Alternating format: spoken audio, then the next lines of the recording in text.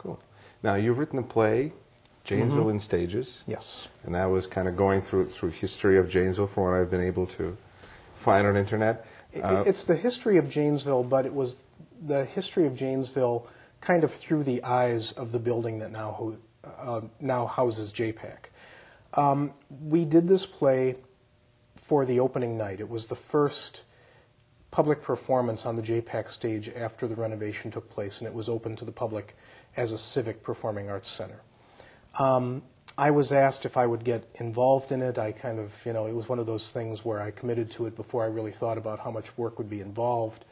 But when all was said and done, it was really a fun project. And what we did was we started the play in 1923 when the building was opened for the first time as Janesville High School. And so what we did was the different scenes kind of took it through history until it got to the present. We had one running character that went through the whole play. I called him Robert Clark. And he was a fictional character, though a lot of the characters in the play are real characters. For example, there's a scene that takes place in 1943. And a friend of mine, Al Diott, it turned out when I was doing research, I discovered that Al was the class president of Janesville High School in 1943. And I thought, well, this is great. I'll put Al's younger self in the play. And so this Robert Clark character, in the first scene in 1923, he's a student at Janesville High School. By 1943, he's a teacher there. And then it jumps forward to the 70s when it's the day that he's retiring as a teacher. And then in the 90s when the future of the JPAC building of the old Janesville High School, Marshall Middle School, the future of that building is uncertain, and Mr. Clark is retired and kind of looking at it one last time, wondering if that'll be the last time that he'll be setting foot in that building. And of course the happy ending is that the building is now JPAC. So did you need to do a lot of research for that, or absolutely. Did you utilize Rock County as a Historical Society's resources for that, or how did you learn about, or did you go to the library? I mean, what resources did you use for the research? I had to utilize a lot of different resources. I came to the Historical Society and looked through high school yearbooks and all sorts of different newspaper clippings. I was allowed up into the old Janesville Gazette morgue to look at clippings. That's a fun place. Yeah, that's what the big stacks of. Oh yeah, and it's still the old file cabinets with the clippings in file folders and things. So it's kind of interesting to do that. And of course, over at the library, had to look up a lot of different things. So what was the biggest surprise to you about the Janesville history? There's something that you researched and you thought, wow, I would have never expected to find this, or was it that kind of everything? Kind of how you expected it to turn out? The biggest surprise to me was how many monumental things were happening at the same time back in 1923 when that building opened, because at the same time that Janesville High School opened for the first time after it was built, and it was, by the way, the first $1 million school referendum in the state. And, $1 million back $1 million then wasn't what $1 million now. Oh, I shudder to think what that amount would be to build that school with today's monetary values. But at the same time that school opened was about the same time that the first automobiles were coming off the line at the General Motors plant. It was also roughly the same time that Janesville was changing from a mayoral system to the current city manager system, which at the time was considered very, very progressive. So all of those things were happening basically the same year. So all of them were referenced in the first scene of the play, and the timing was... So it was a very pivotal time in Janesville's history. Mm-hmm. And the timing was interesting because at the time that we opened JPAC and performed that play, there was a big controversy about changing back from the city manager system to a mayoral system.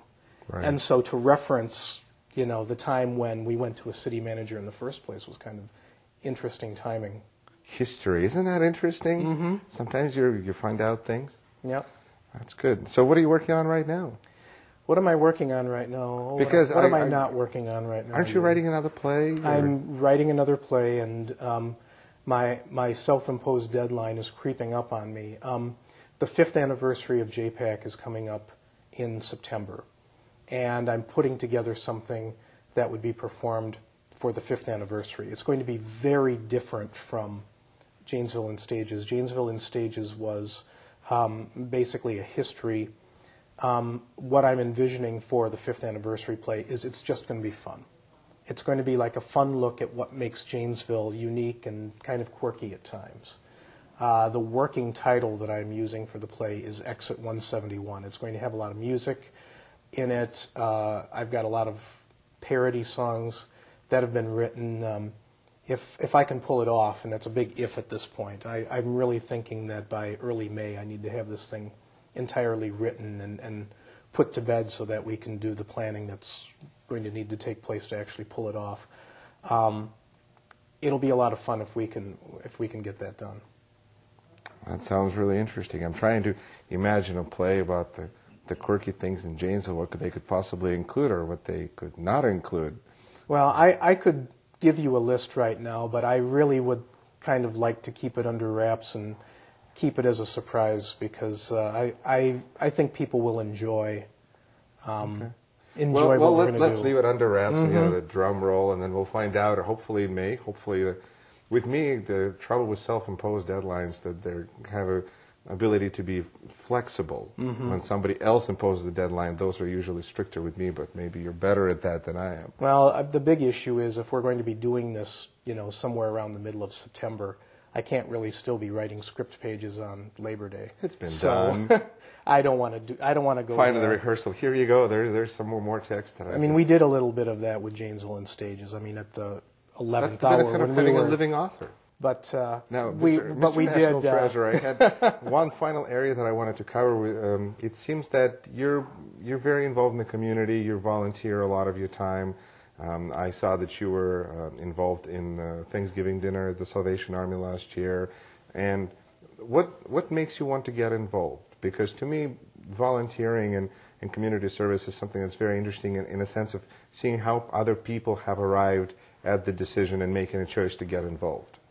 Well, in my case, I think a big part of it was because of my work at Forward Janesville, because so much of what we did over there was reliant on the service of volunteers.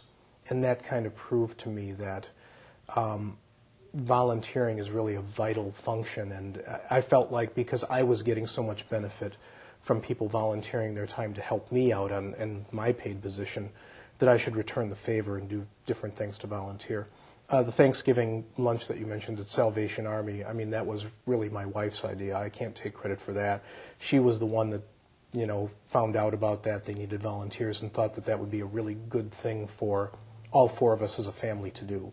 So, my wife and I and our two kids, we all helped out at that particular thing.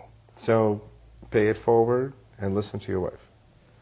Yeah, that's pretty good advice, actually. Okay. On both counts. Great, Jim. Well, thank you so much for being here. Thank you, Yuri. Appreciate the time.